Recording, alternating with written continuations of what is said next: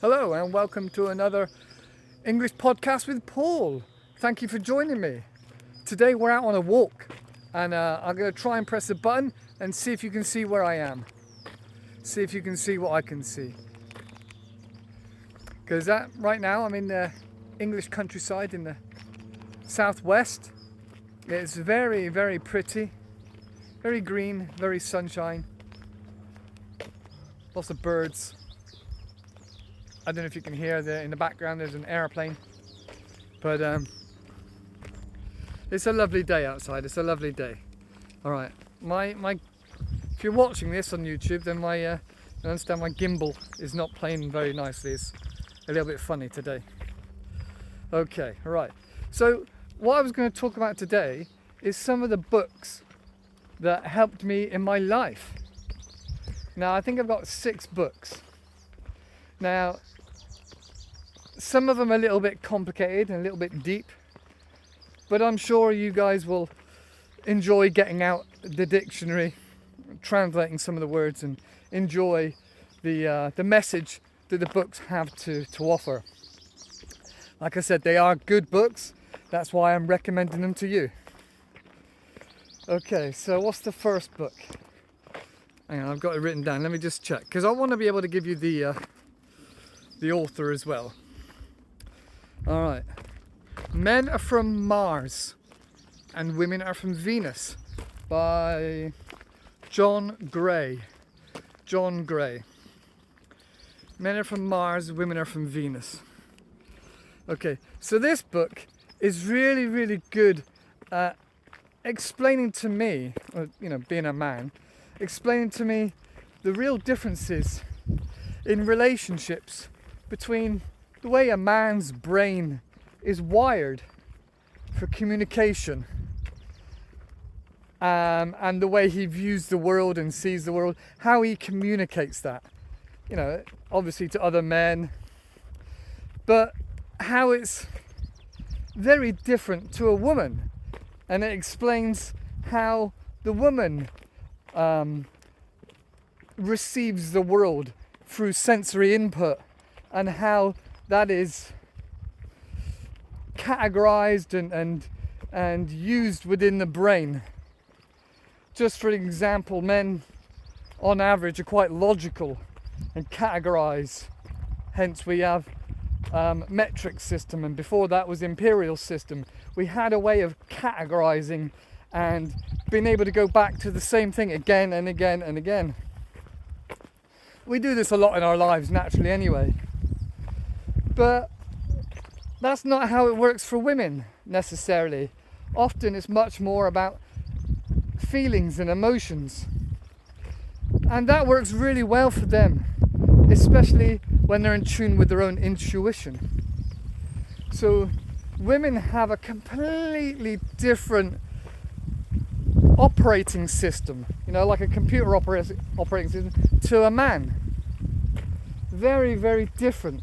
And this book gives some insights. It's really quite refreshing. It's quite easy, not easy to understand, but it's clearly laid out and easy to digest. I didn't find it extremely boring. There were some case studies in there. And overall, it really helped me in my relationships. In fact, I should probably go back and read it some more. There you go. All right. So that was that book. Men Are From Mars, Women Are From Venus, John Gray. All right, let's have a look in my pocket again. What's this next book? Feel the Fear and Do It Anyway by Susan Jeffries.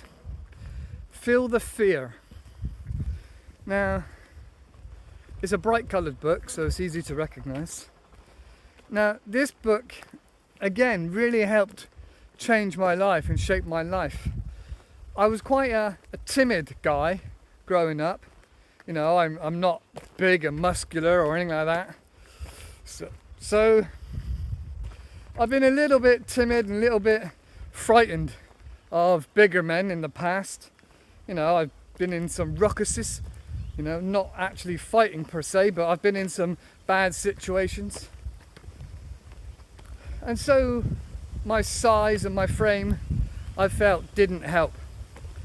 But after reading this book and digesting some of the ideas and the principles and the way to look at life, it really did help me a lot.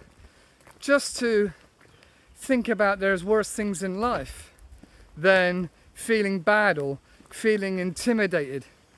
So, and I used it a lot when I talk to other people about, you know, what's the worst that can happen? You get killed. You know, all right, being dead is not the ideal outcome. Nobody wants to be dead. But in a lot of situations, a lot of times, that's not literally going to happen, is it? It's not really going to happen. If you were able to work out the probability and then put it with the risk of what you want to do, you may find the probability is infinitesimal. Infinitesimal? Is that the word? Infinitesimal. Minute. And the risk of what it is you want to do, weighing it up in the cold light of day, you know, not at 3 in the morning when your brain's going mad, wondering what's downstairs in the kitchen making that noise. In the cold light of day, the risk is majority of the time, you know, subjective to who you are. So for example, if you're an elderly person and you're wondering what the noise is downstairs, you may deem the risk to be much greater than if you're a big burly guy with skills in defending yourself. You may not, you know, you may think the risk is very, very low. I digress. So this book really did help me quantify the risks of not doing things and making myself feel bad and kind of holding me back. So this book was really good for me. Feel the Fear and Do It Anyway by Susan Jeffries. And like I said earlier, well, I think I said, I was working at the prison at the time. And I was scared when I was working at the prison for the first few months until after I read this book. Then after that, I thought, I'll only get beaten up, maybe killed, but other than that, not a lot else can happen. And the likelihood of getting killed is very, very, very, very minute, infinitesimal. And the chances of getting beaten up are slim. So it was a very helpful book for me. I enjoyed it. I liked it a lot. Okay, so that's that book. Feel the Fear, Do It Anyway by Susan Jeffries. I'm getting a bit out of puff here, talking to you passionately and walking and holding this camera. Right. Staring at the Sun by Dr. Irvine Yalom, an American psychologist. Dr. Irvine Yalom is quite an amazing character. He's extremely professional. You know, he's had a therapeutic counselling practice for decades. And as far as I know, he's probably taught in universities, things like that. And so he's very, very professional. Yeah, he has this power and ability to come across as just your friend.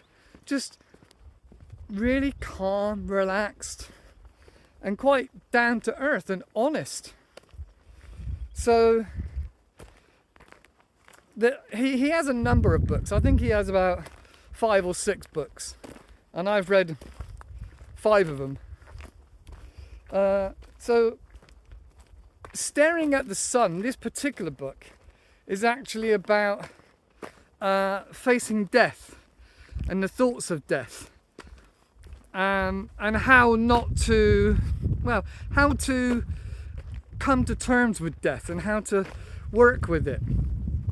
You know, so that is really a very different attitude. It's really quite nice. There's a lot from this book, and I don't want to give too much of it away, but there is a lot from this book that... Oh, welcome back. I hope the first lot was recorded. Anyway, I'll give a summary about me in the end. Let me just draw a a tracking picture of me. There we go. So, feel the fear and do it anyway. Susan Jeffries. Then there was staring at the sun. Oh, and before that there was men are from Mars, women are from Venus. But if necessary, we'll go back over those. Alright, so where were we? Staring at the sun. Like I said, I've really enjoyed it. Very insightful. Obviously a very difficult task and a difficult thing to think about. Dying and preparing for death. It is a big subject, a big topic. There's a lot of case studies. But he is very candid, he's very honest, and he's very sort of straight talking. It's really refreshing and nice. He's a really easy guy to listen to. Alright, so that's staring at the sun. What else we got? The Gift of Therapy. Again, this one's by Dr. Irvine Yalom. The Gift of Therapy. Now this book is more for students of counselling and therapy. And obviously I'm not a counsellor or a therapist, although I have sort of studied it quite a bit for myself. Again, I like this book a lot. It gives you a lot of tools, a lot of insight, and a lot of work for you to do on yourself. Again, it's very like talking to a friend. It's very relaxed. It's very easy to read and just feel like you know the guy really well. He is so honest. Now, just a honourable mention, in another book, what's that called? Lover's Executioner. He is very candid. He talks about his patients. Obviously, he's got permission, but he talks about his patients. And he talked about how one woman was old and fat and ugly, and how he felt kind of repulsed by her. But obviously in a very professional manner. But he acknowledged he had those feelings and those thoughts. Obviously he didn't share them with his client, but he shares it in the book with you. He also talked about a really attractive woman, and he said that he had feelings for her of attraction because he was a man, and you know they discussed that a lot in that therapy session. There was also in the we're wobbling all over the place. In one of the other, in the Gift of Therapy, going back to that book, there's a lot of talk about group sessions where he has a group of people that have all got issues, and it's beneficial for them to work in that group. Most of them don't like each other, can't stand each other. And there's quite a few characters in there that are interesting, and it kind of goes full circle. It goes around, and you learn a lot about these people. But again, that's another interesting chapter. So, Gift of Therapy. That was again a very insightful video. I enjoyed that a lot. Right, let's have a look at the next one. Games People Play by Eric Byrne. That's a Byrne with an E on the end. MD, medical doctor. I don't know why they say MD. So the games people play, I found it quite hard. I mean, I'm a simple guy, I'm quite stupid, but I found that book a little bit hard to get through. Well, no, not get through, to fully grasp some of the concepts. Now, if you're a woman, you might find it a lot easier, because the games that people play and the games that women play are amazingly complicated and convoluted. It takes a lot to keep up with them. For example, I've learned a lot about how women look and judge other women, from their shoes to their nails to their hair. And when a woman dresses up and walks into, say, a big party, she's not dressing up because of the men and wanting attention. She's dressing up because all the women are going to be judging her and looking at her. And then there's a whole nother language level, like subtext, if you will, of how women speak to one another. Now, I didn't realise this until it was really pointed out to me. And I still don't pick up on it 99% of the time. Now, you women watching this will understand that the way a woman says something can really change the meaning of what it is, of the message she's delivering. So she might make a comment about another woman's shoes, but depending on the tone, depending on what she's actually saying. So I used to talk about this a little bit in my classes, about this double talk. You know, if you've ever watched, what was it, 1984, George Orwell? Is it George Orwell, 1984?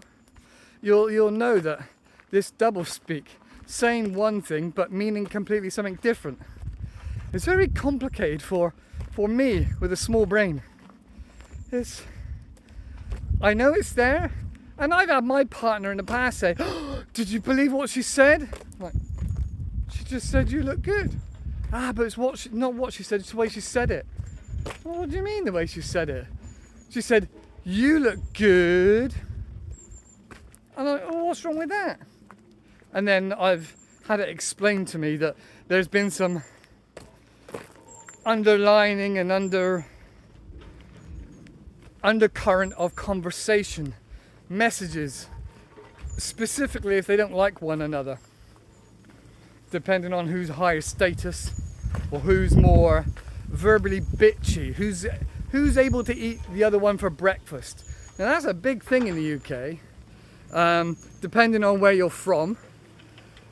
Like I said before in one of the other videos, you can tell a lot of somebody about the way they speak. You can tell about their financial background, their status. I'm coming up to a digger now, so I apologise if you hear the digger.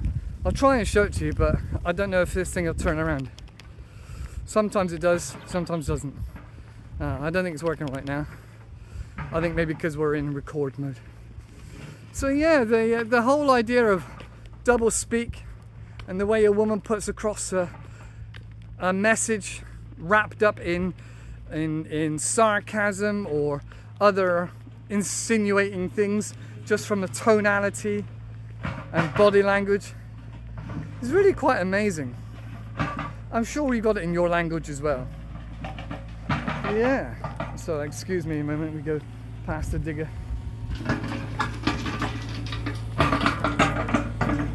On in.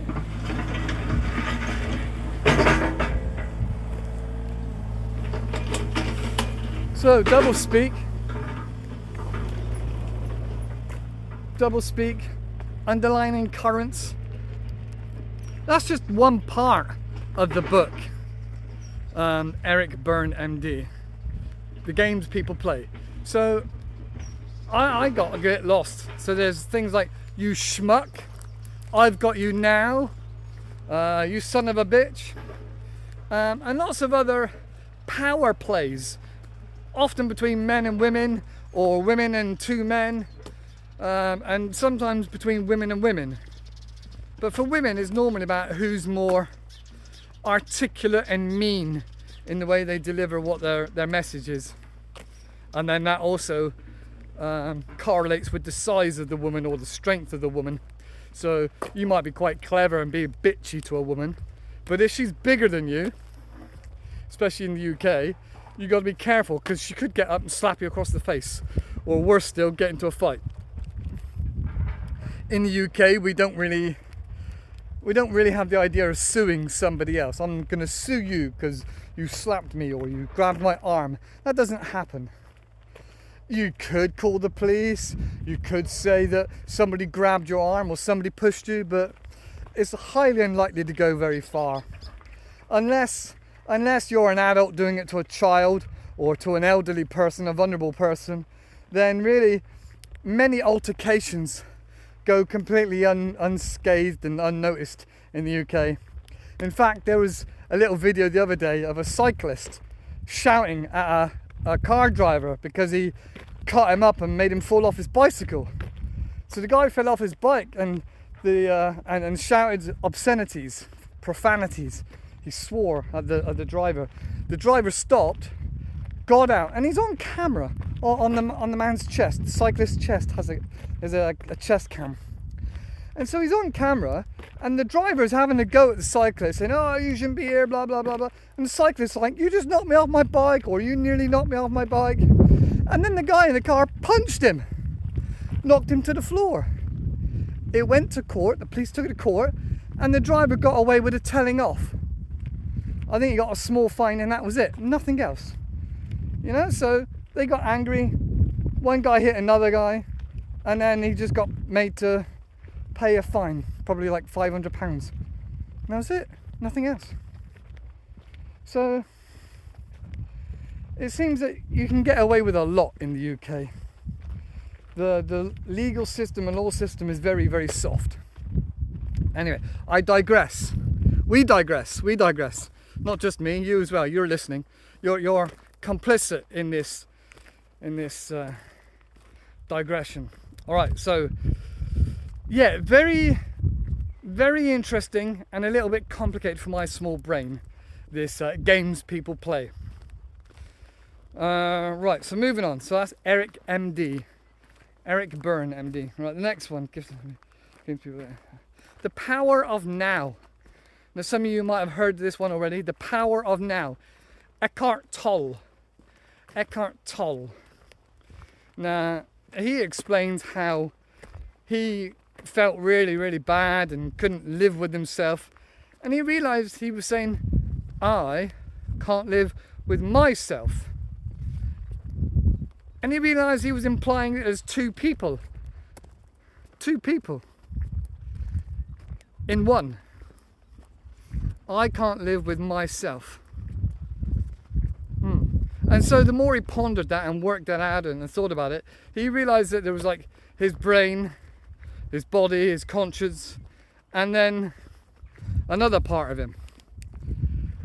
Now, I'm not the very best person to explain it, but it was very interesting. And he talks about how you have this often negative voice in your head, and that's the other person, that's the other side, the dark side of your brain, sometimes your conscious. And he talks about how to shut that down, quieten it down, and then become at peace with it. And that's all about being present in the present moment. And he gives some examples of how to do this, how to practice it, and it's very much like meditation, and he also talks about breathing. So again, that's a really nice book, a really good book. All right, so the final book, well, I've got lots of books, but the final one I'm going to say to you is The Power is Within You by Louise Hay. The Power is Within You. Now, I read this book a long time ago. Probably 15 so years ago. And The Power Within You. Again, this woman is very honest and upfront and direct. And she tells you about her history and her past. You know, all the dark things that happened. And so she's being very vulnerable and sharing. So that again is worth listening to or watching or reading rather. I say listen to because I probably heard it on audiobook. I listen to a lot of audiobooks. I prefer it sometimes.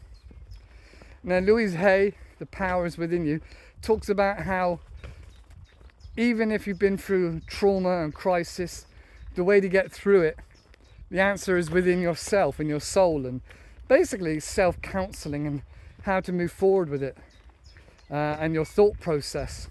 And how you project to the universe or your God or whatever you want to do. So that was probably one of the first counselling books I consumed. Very interesting again. And all these books you can get second hand or you can get the audio version, often are less than £10. And for me, sometimes I imagine my life is a Rubik's Cube. and every insight or book I read that affects me deeply is part of that Rubik's Cube puzzle that makes me more and more aligned with my goals and more, what do they say? Self-actualization. That's the term, self-actualization. So if you looked at Maslow's triangle, Maslow's hierarchy of needs, it talks about what you need at the very, very basics at the very bottom. I'm going to see if I can stand this up for a minute. It's getting heavy. Oh. There we go. So Maslow's triangle. Oh, hang on, let's get that a bit better. All right. Maslow's triangle or hierarchy of needs discusses the necessity for basic human needs such as shelter, food, what else? Being loved, being creative, and things like that. It's all about what is needed for a person to survive healthily. Healthily? I'm having a bit of a trouble here with a bramble. Bear with me.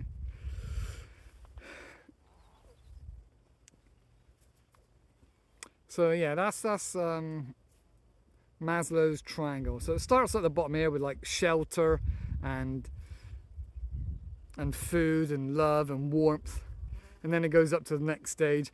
Anyway, when you get to the top, you can look at this yourself, you can Google it. When you get to the top is self-actualization, and that's where you sort of become the best version of yourself and the most open-minded and I don't know, at one with all. So that's kind of the peak. That's where most people want to get to. If you look internally and you want to improve your situation in your life and your brain. And again, I suppose a lot of monks do this, you know, that they look for self-actualization. They look at how to make themselves the best version they can be. And I sort of view it as a Rubik's Cube.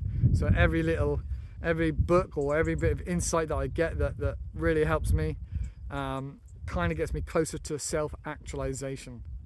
I don't know what's going to happen when I reach 100% self-actualization, or maybe I never will. But I do take inspiration from the likes of Dr. Irvine Yalom or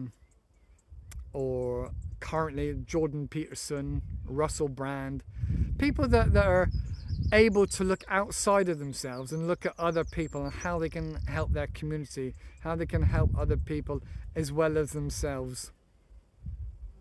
So that's kind of where I am at the moment. So that's my favourite books. That's the books I like the most at the moment, and I keep, despite me moving around, I try and keep hold of these books. That's got to be my favourite. Right, so I'm going to end it here for now, and I'll see you in the next video. Take care, bye bye, and have a good week. Remember, enjoy consuming the English you consume. Does that make sense? Yeah. Consume things you find interesting and fun. That's better. All right, see you in the next one. Bye bye for now.